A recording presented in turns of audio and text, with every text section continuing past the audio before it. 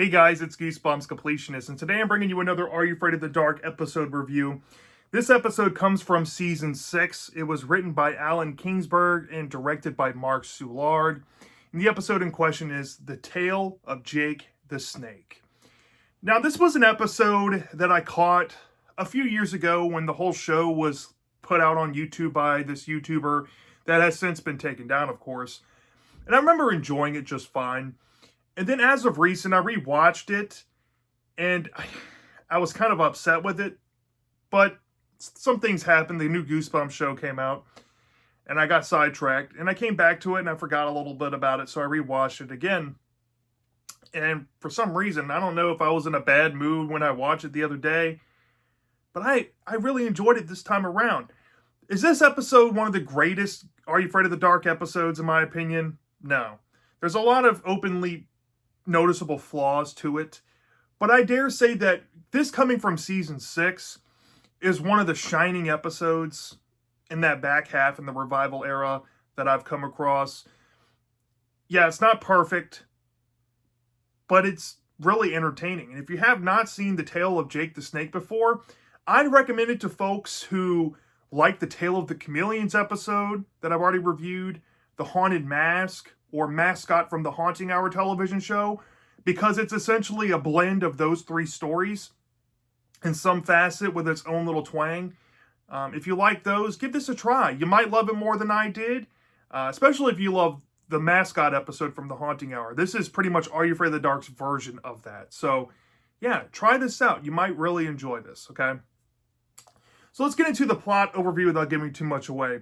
So in every episode of Are You Afraid of the Dark, it kicks off with the Midnight Society, and in season 6, this is the new millennium era of the Are You Afraid of the Dark cast for the Midnight Society. It's led by Tucker, who is one of the little brothers of the old leader.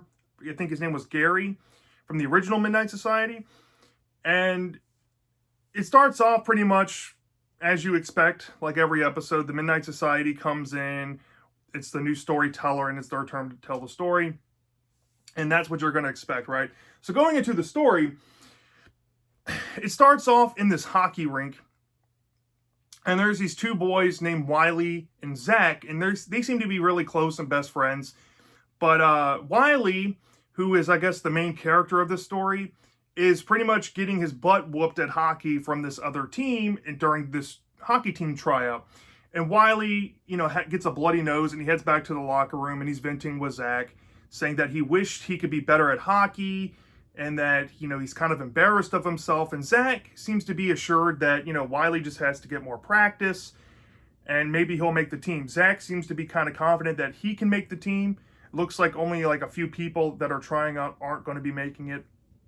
So Wiley's frustrated and walks off, after the talk with Zach, and he heads down to this area which it's like a staircase connected to the locker room, and he heads down in there, and it looks like it's not been used for a while, and supposedly the equipment manager of the hockey team is there. So he goes down in there, and he thinks he hears a strange noise, and there's a door that leads from the staircase down, presumably somewhere else. So while he's there, and he gets confronted by a shadowy figure from the other side, and the shadowy figure pretty much tries to coach him and tell him that if he wants an advantage, what he needs will await down below. And he kind of gives this legend about Jake the Snake, who is this famous hockey player that once was the greatest ever, and his hockey stick is the key to like success and all that. So once the shadowy figure disappears, Wiley, of course, tries to chase after him. He opens the door, and it leads down into this basement cellar of sorts. And while he's down there, he's looking around. He hears some rats scurrying around. There's a jump scare with like sticky paper. It looks like maybe the janitors left some sticky paper there to catch rats. Actually, thinking about it, there is a plot reveal that you kind of know why those are there. But that's not the point. So he's down there, and he finds a box, and he sees some ice skates. He sees Jake the Snake's old jersey.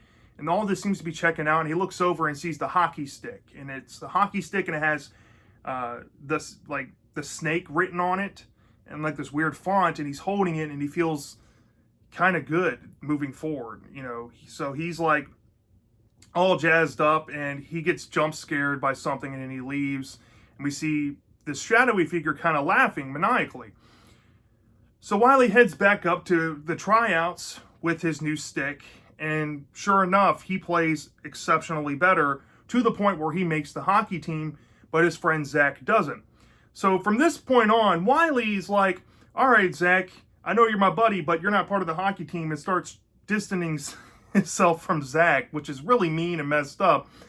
And it continues on, I guess later on in school after tryouts, they're at the lunchroom eating, and Zach tries to come sit down with Wily, and Wily's like, you're not on the hockey team, you can't sit with us.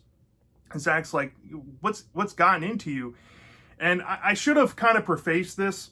I did skip over a scene. So it goes, Wily takes the hockey stick to his home, and he's like fantasizing in his room with it, and he goes to bed. But when he goes to bed, he hears this like hissing sound, or something wakes him up, and we see on screen that this hockey stick morphs into a CGI snake, and the snake goes in to bite him. And when he wakes up, he starts to notice that his skin has a rash and is peeling off, and it's absolutely disgusting. So this carries over into the next day, I should say, with the lunchroom scene. And after that, Wily tries to go after Zach and console him when Zach's like, I guess, taking care of some rats in the science club room. And while they're talking, Wily puts his hand into the rat cage and attempts to eat a rat. And Zach's like, what's going on with you? You've been changed ever since you got that hockey stick. And Wily's like, you don't understand. This is just something I'm going through, and walks out, right? Being a terrible friend. So Wily decides that maybe something's wrong. He has to go talk to the shadowy figure down in the basement again. So he heads there, but his friend Zach follows him out of concern. And Zach kind of hides off to the side, and Wily's like, this stick is changing me into something I'm not. And the shadowy figure is like, well, if you want to become great, this is just what you need. You can go pro if you keep going. And Wily buys into this and heads back up to his hockey team. But Zach's like, something's off here. So he decides to go down and investigate. And he catches the shadowy figure off guard. He heads down into the basement after him. And Zach has an interaction with the shadowy figure, who reveals himself to be Jake the Snake. And Jake the Snake essentially says to him that Wily will be his before you know it. And he reveals to Zach this snake pit down in the basement, and kind of alluding that all of these snakes were once people like Wily who wanted an advantage in the game, and I've turned them to snakes. And he kind of gives some mild origin to that later on. But he alludes to Zach that he's going to become snake food, and you kind of learn why those rat traps were down there beforehand. So Zach scurries off, runs to Wily, who is now become progressively worse. He's up in like a changing room, and he has like this pattern going on his neck and in his face, and he's going through this grotesque transformation essentially. And Zach's trying to coach him, saying that Jake the Snake is the shadowy figure and that he has some ulterior motives with Wily, and Wily doesn't want to listen to it. But I think that he knows that Zach would never lie to him, so he follows Zach, who tries to confront the shadowy figure again after taking his hockey stick and trying to give it back to Jake the Snake. So in doing this, Zach almost pretty much gets abducted out of this air duct that Jake the Snake comes out of, and grabs him, and Wily comes and tries to save him, but Zach gets sucked under anyway. And the next thing we know, Zach's tied up above the snake pit, about to be lowered down by Jake the Snake. And Wily comes down, and now he re-grabs the hockey stick where it was laid down next to the snake pit. And Jake the Snake pretty much reveals his origin, and pretty much that since he was the first person to use the hockey stick, he has a luckier transformation than everybody else that has used it. And he tells Wily that if he uses it one more time, he's going to turn into one of these snakes and become pretty much his slave to be used to, I don't know, globally dominate, right? And Zach's like, you can't listen to him. You don't do it. Just give him back the hockey stick. Let me go. It's not worth all this. And Wiley does a pretty heroic thing. There's some hockey pucks laying down conveniently next to the snake pit. And let's say he hits a hockey puck in Jake the Snake, and something happens to where Jake the Snake is kind of out of the picture. Now, the problem is, since Wiley used it, he may or may not be changing into a snake. And it's up to his friend Zach to save the day involving the hockey stick. There's something that happens to it. And I guess I have to give it away because I'm going to get into partially a negative with it in the end. He ends up breaking the stick, and you come to realize what happens to Wiley when the stick breaks. And you get kind of like a hunky-dory ending that Dark is known for. And there might be a little twist to bite on in the end. And then the story ends, the Midnight Society wraps up the episode, and that's pretty much what you're going to expect out of the tale of Jake the Snake. Now, I do have a lot of positives with this episode, more so than I thought I did the previous time I watched it. I'm kind of glad that I waited on reviewing this episode and rewatched it again, because I think I would have been way harsher on this.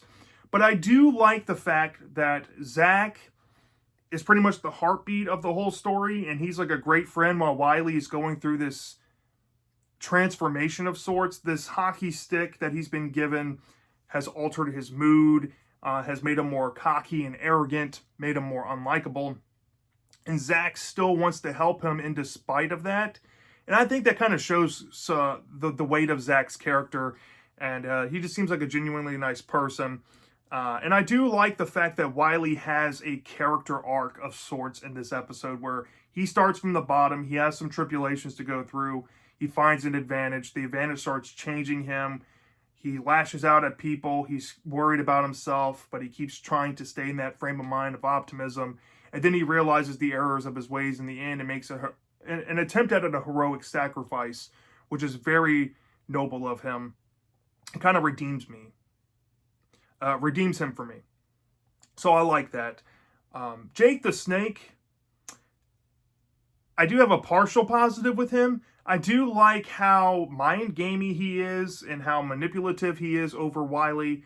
I do think that he has some potential to be had with this character. I just kind of wish his motives and the look of him was a bit different. But yeah, I mean, the concept of Jake the Snake worked very well. How the mind game stuff worked. It was pretty good for Dark's standards. And when I say that, I kind of mean it as an insult, but also a compliment, because normally they don't really flesh out villains this deep all that much. So it's good to see it here when they try to do some more backstory and I guess an origin base for their villains. So it was nice to see. The setting of the school and the hockey rink, it's fun. It's fun when you see the hockey rink. The basement is creepy. There's like a Nightmare on Elm Street vibe to it. Most of the story, it does take place at the school, but you do get shots of Wiley's room, and there's a creepy scene there. You got the school cafeteria, some school rooms. It's more expansive than your average Are You Afraid of the Dark episode, is what I'm getting at. It's not as small scale as you think it would be, and I do enjoy it for that. And the body horror in this, I should really compliment the body horror. The practical effects they put on Wiley when he's going through the snake transformation stuff is absolutely disgusting. If I was a kid and I watched that would have creeped me out so bad. And I like how that ties into the object possessing the wearer or changing the wearer. Like I said before in the very beginning, this has a lot of the haunted masks tropes in it. And I think they used it well. So yeah, it was very well done, and the body horror too. So yeah, a lot of positives with this, but I do have some negatives. And I guess my first negative would be kind of harking back to my review of the Haunting Hour mascot episode I did a while ago. I've been dying to get into more Haunting Hour, by the way. I'm going to be trying to review that more now that I'm thinking about it. But this reminds me of the issue I had with the mascot episode, and that there's an implication dealing with like missing people, right? And in the mascot episode, they do address the missing people, and I guess they do address it here with the tale of the Jake the Snake. But the problem with that is there's like 50 snakes in this snake pit. There's like 50 something people versus what? Like the 6 people that have disappeared in the mascot episode. So there's so many kids that have gone missing at this school. Nobody knows of a legend or anything. And it just kind of comes left field. And at the end, it's also kind of muddied up because there's a twist involving the hockey stick that may or may not work to help Wily not change into a snake, and it kind of reverses the effect. And if that is the case, then what happens to these snakes that were once kids? I don't know if they have the sentience of a kid. It's never explained. But it's just never resolved. The whole disappearance of these kids, you don't feel like the story's over. There's a lot of missing pieces in terms of logic. I don't know if it's, the high school kids, not hearing about this, maybe not knowing about the legend, maybe the adults don't know anything about this. But it's kind of hard for me to believe that if there's like 50 something snakes down there, nobody would have once come across anything that Jake the Snake has down in the basement, gone investigating, because it seems like they're all hockey players. It's just very odd in force, and you have to put a lot of disbelief at the side to get that. And it's just nonsense to me. Mascot is less egregious, like I said, but yeah, that's a problem. The second thing, I think, is the terrible CGI in this episode. I'm not going to lie. Season 6 of Are You Afraid of the Dark and Season 7 have some awful CGI. Even in one of my favorite episodes, if not my favorite episode of the whole show, The Tale of the Vampire Town, has a pretty poorly done CGI death scene. But it's a death scene, right? But there's a CGI Cobra in this episode that looks atrocious. It looks like some Transformers, Beast Wars, computer graphics going on to give a hint of a Cobra. My only thing is, right, they do that CGI, and then they CGI snakes in the snake pit originally, but there's a scene where you see Jake the Snake holding up his hand. He has practical effects, and you clearly see real-life snakes in the climax. So they had real snakes. Why do you have to CGI a Cobra? You could have picked any other snake. It's not like he's getting inflicted with poison, unless that's a metaphor. I have no idea why they wanted to do that. And that leads to Jake the Snake himself. This guy is wearing a black cloak. The person under the cloak is wearing black face paint. And they CGI'd snake fangs and snake eyes on him. And I'm not playing. They CGI'd that. And it doesn't look as bad as you would think it does, but holy moly, that is lazy. It does not match the practical hands that he has. They gave him practical hand gloves, and the hand gloves look great, but they didn't have the budget to do the head. And I'm just like, man, they could have done something so much better with Jake the Snake. And I feel like he got kind of done in dirty, right? And I guess, going back to Wily as a character, he does have a character arc. But I don't really feel that Wily, if you look at the haunted mask tropes it's borrowing from, Wily is that person getting possessed by the object, becoming more progressively evil. But Wily is so one note in this episode, man. Zach has way more depth, it appears. Zach should have been the main character. Or at least something should have been there to scare Wily in the beginning. Maybe some urban legend of this Jake the Snake figure, and you better watch out for Jake the Snake. If he comes for you, don't listen to him. Maybe some teammates could have coached him on that and filed that in the back of his brain. He could have, stumbled across this shadow figure, assumed that it was Jake the Snake, but still been persuaded. Could have put a lot more character depth into him. They had the appropriate minutes. They just didn't write it into the script. So Wily's not the greatest protagonist ever. Very one note, very one dimensional. Even though he does have an arc. You don't really feel much personality coming from him. He's just the hockey-obsessed guy. Nothing more. So yeah. And I guess one last negative, and these are all kind of like smallish to medium ones, y'all. This is not like big stuff or anything. It is the vagueness of the origin of this hockey stick. You have, like I said, you already have to put disbelief at the door with a lot of logic. And I covered all those things. But the origin of the hockey stick, man. Where did this thing come from? When you have an object-centered story, and I've already drilled this home with reviews like Cuckoo Clock of Doom, The Haunted Mask, and those respective books. Any story that has an object focus, where the object is the purveyor of the plot, you have to have some sense of origin there. And it's never explained how Jake the Snake got the stick. It's never explained if it's possessed by magic or anything. It just turns him into a snake.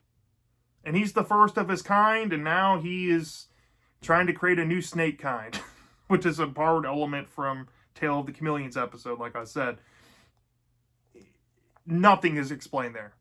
You have to fill so many gaps in your own mind. It was so close to being a perfect episode or a perfect kids horror story if they just tightened up these little small to medium issues, unfortunately. From a 0 to 5-star basis, I still found myself saying that this is definitely a B-worthy, at least, episode. You do get that clear character development. You do get that character dynamicism. You do have a creepy villain. You do have some great body horror. And yeah, the tropes that it kind of uses from The Haunted Mask, the tropes that it uses from the Tale of the Chameleons, and some of the tropes that you'll see later on in the mascot episode from The Haunting Hour, they all work here. Pretty synergistically, I should say. But those flaws do add up, right? Can't play woulda, coulda, shoulda. So I was going to be a little more lenient, but then thinking about how loose the logic is in this episode, it just kind of takes it back into that lower B tier for me. I don't quite love this, but it's close to me loving it. So I'll be willing to give this about a 4.1 out of 5 stars and only deduct 0.9 off for those issues. Very common grade for an episode or story or book that should have been perfect, but it just isn't. This one had all the ingredients, it just needed that little extra push, and it could have easily gotten at minimum a 4.7, but it just didn't do it on those little things that do add up, unfortunately, for me. So yeah, that's my thoughts on the Tale of Jake the Snake. Let me know down in the comment section if you've seen this episode before. Do you love this? Do you hate this? I'm dying to know. And I'll see you next time.